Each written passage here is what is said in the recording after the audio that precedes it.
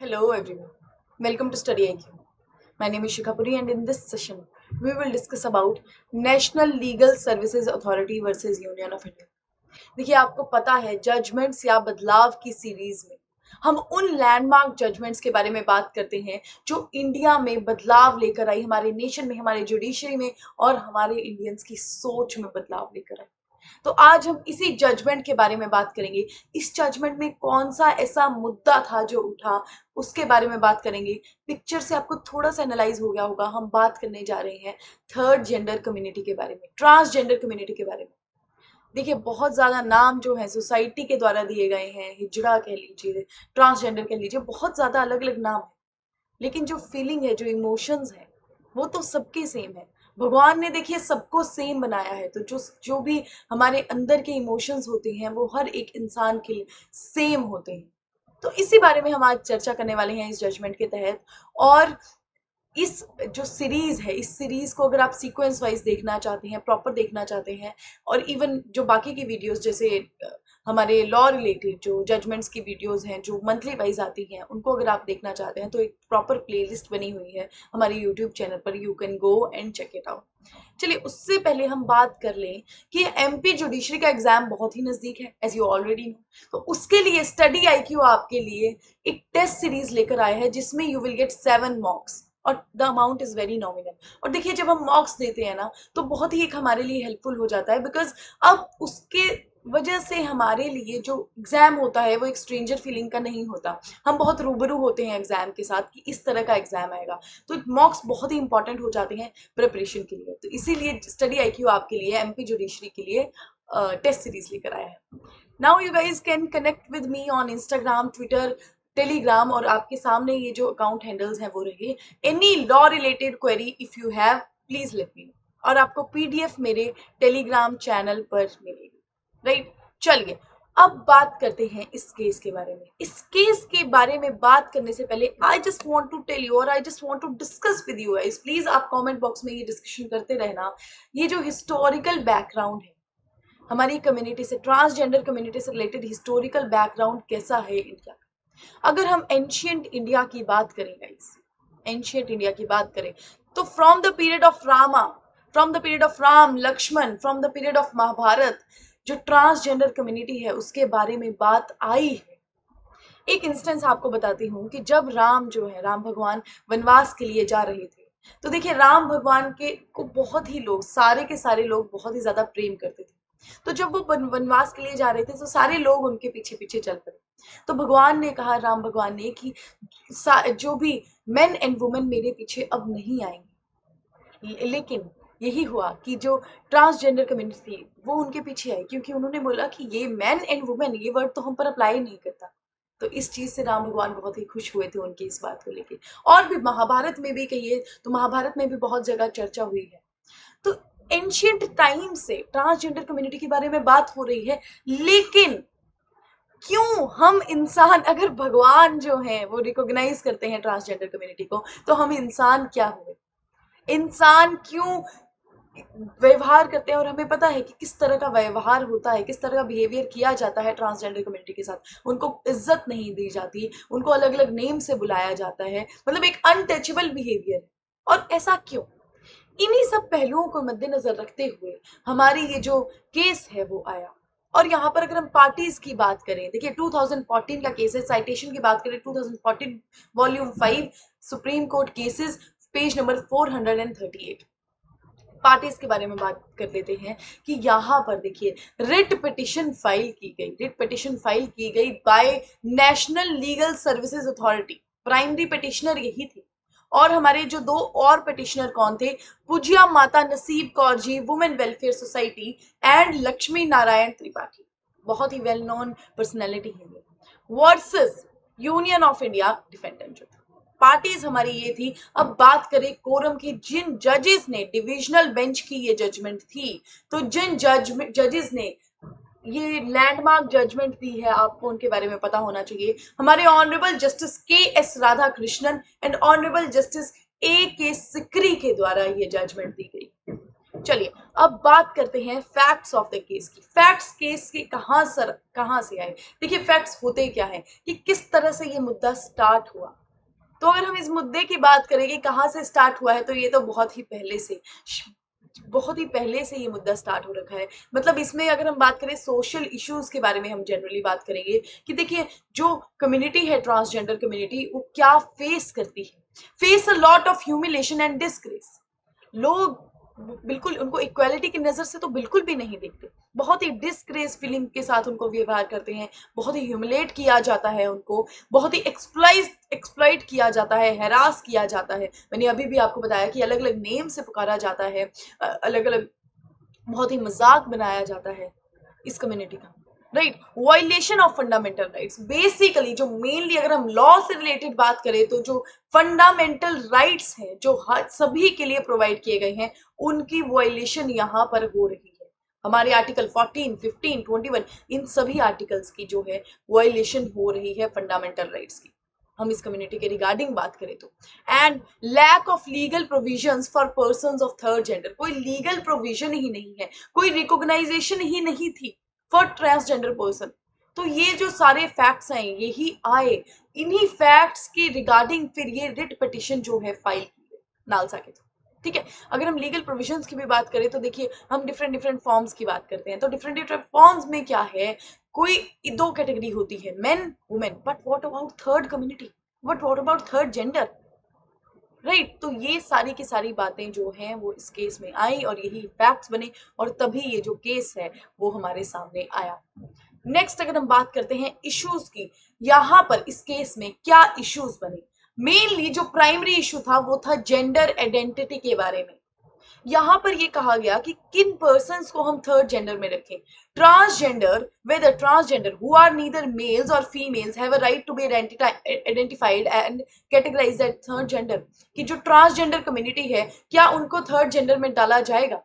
जो ना कि हमें पता है ट्रांसजेंडर का जो ओरिएंटेशन होता है, बायोलॉजिकल ओरिएंटेशन होता है, किस तरीका होता है, ना वो मेल होते हैं ना वो फीमेल होते हैं। ठीक है, तो इस तरह से उनके ऑर्गन्स होते हैं। तो देखिए उनको कहा गया है कि क्या उनको थर्ड जेंडर में डाला जाएगा। एंड एक और मुद्दा आया यहाँ, एक और बात क्या आई कि जो भी पर्सन, देखिए अगर कोई मेल है, वो मेल तरीके से बॉर्न हुआ है, बट उनकी जो ओरिएंटेशन है, जो उनकी जो सोच है आगे, वो एक फीमेल तरीके से, तो क्या वो ऑपरेशन करवाकर फीमेल बन सकते हैं एंड उनको इस कैटेगरी में डाला जा सकता है। एंड वाइस वर्सा, अगर फीमेल भी है, उनकी ओरिएंटेशन इस तरह से है, उनकी सोच इस तरह से है, वो इस तरह से काम करते हैं, मेल के अकॉर्डिंगली काम करते हैं, तो क्या जो मेडिकल ऑपरेशंस होते हैं, हमने देखा है टेक्नोलॉजी बहुत ही ज़्यादा बढ़ चुकी है, तो मेडिकल ऑपरेशंस भी होते हैं जिनसे आपकी जेंडर जो है वो चेंज हो जाता है। क्या इसके थ्रू भी ये जो कैटेगरी है इसको थर्ड जेंडर में डालना चाहिए या फिर नहीं डालना चाहिए। These were some of the issues. तो अब बात करते हैं जजमेंट की। इस जजमेंट में क्या क्या बात की गई, पॉइंटर्स लिखे गए हैं, इस जजमेंट को अच्छे से इलैबोरेट करिए। सबसे पहले जजमेंट्स में आर्टिकल्स, हमारे फंडामेंटल राइट्स के बारे में बात की गई। 14 आर्टिकल हमारा राइट टू इक्वालिटी के बारे में बात करता है। हमारे इस राइट में कहा गया, इस जजमेंट में कहा गया कि जो आर्टिकल 14 है वो सबके लिए है, इक्वालिटी की बात करता है। तो हम किसी भी कम्युनिटी के साथ, B it transgender, B it any community, उसके साथ हम क्या कर नहीं कर सकते, हम उनको अलग नहीं कर सकते। एक इक्वालिटी है तो इक्वालिटी, इक्वल बिहेवियर करना पड़ेगा। यहां पर देखिए बहुत ही ज्यादा पॉइंटर्स भी आए। एक मॉरल इशू के बारे में एक पॉइंटर आया कि देखिए सोसाइटी जो है मॉरली किस तरह से बिहेव करती है, कि वी आर वेरी सॉरी कि इस तरह से सोसाइटी बिहेव करती है ट्रांसजेंडर कम्युनिटी के साथ। बहुत ही इश्यूज ऐसे लेकर जो जजेस थे, ऑनरेबल जजेस ने इस बारे में भी बात की। और बात की गई आर्टिकल 15 के बारे में। आर्टिकल 15 क्या बात करता है, prohibition of discrimination on grounds of religion, race, caste, sex और बर्थ प्लेस। तो यहां पर किस रिगार्डिंग डिस्क्रिमिनेशन हो रही है, सेक्स के रिगार्डिंग डिस्क्रिमिनेशन हो रही है।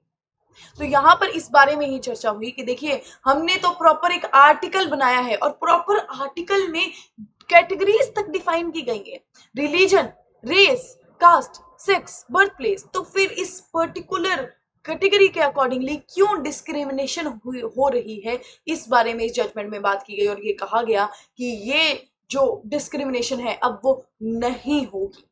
आर्टिकल 21 जो बात करता है right to life and liberty के बारे में, ये कहा गया कि हर पर्सन हर पर्सन, देखिए पर्सन है, एक इंसान के बारे में बात होती है, किसी जेंडर के बारे में बात नहीं होती कि हर every male, every female, every third gender category, ये बात नहीं की जाती, इंसान के बारे में बात की जाती है। तो यहां पर यही कहा गया कि हर पर्सन को आर्टिकल 21 का राइट है, फंडामेंटल राइट है ये, कि आप अपनी जो लाइफ है उसको लिबर्टी से जिए, आप अपनी लाइफ अच्छे से जिए। तो यहाँ पर किसी भी कम्युनिटी को इस राइट से वायलेट नहीं किया जाएगा, प्रोहिबिट नहीं किया जाएगा, सबको राइट टू लाइफ दिया जाएगा। और यहाँ पर full recognition in the eyes of law, law की नजरों में अब थर्ड जेंडर कम्युनिटी को प्रॉपर रिकॉग्नाइजेशन दी गई। अब बात करें जजमेंट के बाद, तो देखिए जो हमारे स्टेट थे, जो हमारा पूरा नेशन था, उसको बोला गया कि प्रॉपर रिकॉग्नाइजेशन देनी पड़ेगी। और उसके बाद जो राशन कार्ड थे, पासपोर्ट थे, एवरीथिंग, उसमें हर जगह पे एक प्रॉपर रिकॉग्नाइजेशन दी गई। बहुत ही इंपॉर्टेंट पहलू है। Next, recognizing third gender individual as socially and educationally backward class of citizens entitled to reservation in education institution and public employment. देखिए यहाँ पर ये भी बात की गई कि जो कम्युनिटी है, ट्रांसजेंडर कम्युनिटी, वो बहुत ही एक माइनॉरिटी कम्युनिटी है। अगर हम मेन वुमेन के कंपेयर करें तो एक माइनॉरिटी कम्युनिटी है। और अगर हम बात करें सोशली और एजुकेशनली बैकवर्ड रह जाते हैं इसी कम्युनिटी के लोग। वाई? बिकॉज देखिए, एक तो फाइनेंशियली पर्सपेक्टिव भी रहता है, और एक क्योंकि सोसाइटी इस तरह से बिहेव करती है, जो ट्रांसजेंडर कम्युनिटी है वो अपने बच्चों को स्कूल में ही नहीं डाल पाते, बिकॉज जो सोसाइटी है वो उस तरह से बिहेव करती है। सोसाइटी नहीं चाहती कि ये कम्युनिटी भी आगे बढ़े, इस तरह से काम होता था। तो इसीलिए यहाँ पर कहा गया कि ये कम्युनिटी जो है बैकवर्ड कम्युनिटी है इस रिलेटेड, तो यहाँ पर उनको प्रॉपर रिजर्वेशन दी जाएगी, राइट। और कहा गया कि मेडिकल ऑपरेशंस, यहाँ पर एक और मुद्दा उठाया गया कि जो मेडिकल ऑपरेशंस होते हैं जिसमें जेंडर जो है बदला जा सकता है, ठीक है, वो ऑपरेशंस जो हैं इस तरह से अलाउड नहीं होंगे। मतलब these operations are against law of nature. तो अगर ट्रांसजेंडर कम्युनिटी का भी कोई ऐसा ऑपरेशन करता है तब वो ऐसा नहीं होगा कि थर्ड जेंडर में उनको डालिए, ठीक है। तो ये कहा गया इस पूरी की पूरी जजमेंट में। अब बात करते हैं आज की, सबसे पहले तो आज की सिनेरियो की, ये जो पिक्चर है आपके सामने आ गई है, लेकिन आज के सिनेरियो के बारे में बात करते हैं कि आज क्या इस जजमेंट के बाद चेंज आया है या नहीं आया है। तो देखिए, जब भी जुडिशरी अगर कोई फैसला लेता है तो चेंज तो पक्का आता है। नवतेज सिंह जौहर वाली जजमेंट में भी कहा था कि मैंने कहा था कि चेंज तो आया है, बिकॉज जब आपको लॉ का साथ मिल जाता है तब एक सिक्योरिटी हो जाती है, तब आपको कोई कुछ भी कहे, आपको पता है कि लॉ मेरे साथ, ठीक है, मुझे कोई जेल में नहीं डालने वाला कि अगर मैं कोई भी ऐसा काम करूंगा। या फिर जो ये कम्युनिटी है, ट्रांसजेंडर कम्युनिटी को प्रॉपर राइट्स मिले गए हैं, तो उनको पता है कि भाई अब मेरे साथ लॉ है, लॉ, सुप्रीम कोर्ट ने हमारे लिए जजमेंट निकाली, अब उससे बड़ा तो और क्या कहिए, आप लोग कहिए जो हमें कहना है, ठीक है। तो ऐसा पर्सपेक्टिव आ जाता है, लेकिन तब भी बहुत ज्यादा सिनेरियो ऐसे होते हैं कि बैटल तो लड़नी ही पड़ती है। देखिए देखिए, ये सोसाइटी का ना एक तरह से एक बहुत बड़ा फ्लॉ है कि जो अलग होता है उसके साथ बहुत डिस्क्रिमिनेशन की जाती है। अगर हम बच्चों की भी बात करें, जो अलग सोच में होता है, अलग तरीके से सोचता है, उसको बुली किया जाता है बहुत ज्यादा। तो जो अलग होता है उसको बुली किया जाता है, ये एक फैक्ट। तो इस फैक्ट को ही हटाना पड़ेगा। बल्कि देखिए, अगर सब सेम हो जाएंगे तो एक जिंदगी जीने का क्या महत्व भी क्या रह जाएगा। सबकी सोच सेम हो जाएगी, सब एक तरीके से सोचा करेंगे, तब तो रोबोट्स बन जाएंगे हम लोग। अलग जो है, अलग अगर हर इंसान है, अगर हर इंसान की सोच है, तो वही तो एक बहुत ही प्यारी चीज है, बहुत ही ब्यूटीफुल चीज है। तो इसको एक्सेप्ट करना पड़ेगा सोसाइटी को। तो अब हम बात करते हैं ट्रांसजेंडर कम्युनिटी के उन लोगों की जिन्होंने एक बहुत ही सोसाइटी के जो स्टीरियोटाइप है उसको उन्होंने बिल्कुल बदला, और they were the first in their fields जो उन्होंने ऐसा काम किया। तो फर्स्ट ट्रांसजेंडर लॉयर जो है वो हमारे सत्याश्री शर्मिला, सत्याश्री शर्मिला जो है हमारी फर्स्ट जेंडर लॉयर है। देखिए पिक्चर आपके सामने रही। नेक्स्ट हम बात करते हैं इंडियाज फर्स्ट ट्रांसजेंडर जज, जोईता मॉन्डल। किसने नहीं सुना होगा जोईता मॉन्डल के बारे में। हमारी इंडिया की फर्स्ट ट्रांसजेंडर जज जो है वो जोईता मॉन्डल है। आपके सामने पिक्चर है, देखिए कितना मुस्कुराता हुआ चेहरा है, जो हमेशा एक रिमार्क छोड़ देता है, ऐसा मुस्कुराता हुआ चेहरा। नेक्स्ट बात कीजिए, देखिए India's first transgender police officer Pritika Yashini. Pritika Yashini आपके सामने पिक्चर है इनकी, और ये जो है हमारी फर्स्ट ट्रांसजेंडर पुलिस ऑफिसर है। नेक्स्ट बात करते हैं India's first transgender college principal. Manabi Bandopadhyay. Manabi Bandopadhyay जो हमारी हैं इंडिया की फर्स्ट ट्रांसजेंडर प्रिंसिपल है। देखिए इनका, देखिए पिक्चर आपके सामने बिल्कुल। तो ये बहुत ही चेंज जो है लोग जो लाया गया है बाय द ट्रांसजेंडर कम्युनिटी। अब बात करते हैं India first transgender who became an MLA, जो एमएलए बन गए। शबनम मौसी। शबनम मौसी जो हैं वो हमारी इंडिया की फर्स्ट एमएलए जो बनी है, पिक्चर आपके सामने रही है। तो ये कुछ जो हमारे पर्सन्स हैं उन्होंने इस तरह से चेंज लेकर आया। आपने हमारी पिक्चर्स देखी आपने सामने कि किस तरह से ये जो स्टीरियोटाइप बन रखा है ट्रांसजेंडर कम्युनिटी के बारे में उसको तोड़ा और एक अलग पहलू लेकर आए हमारे इंडिया में। ठीक है, तो इस तरह से ये जजमेंट भी एक लैंडमार्क जजमेंट बनी जिसने लॉ की नजरों में ट्रांसजेंडर कम्युनिटी को एक प्रॉपर रिकॉग्नाइजेशन दी, एक थर्ड जेंडर के रूप में रिकॉग्नाइजेशन दी, और ये जजमेंट बदलाव लेकर आई हमारे नेशन। राइट, तो इसी के चलते हमारी ये जजमेंट या बदलाव का आज का जो लेक्चर है, आज का सेशन खत्म होता है। आई होप आपको एक एक पॉइंट अच्छे से समझ में आया होगा। नेक्स्ट सेशन में हम इस सीरीज की नेक्स्ट जजमेंट के बारे में बात करेंगे। तब तक अपना ध्यान रखिए, मेजरली अपना हेल्थ का ध्यान रखिए। Thank you so much guys.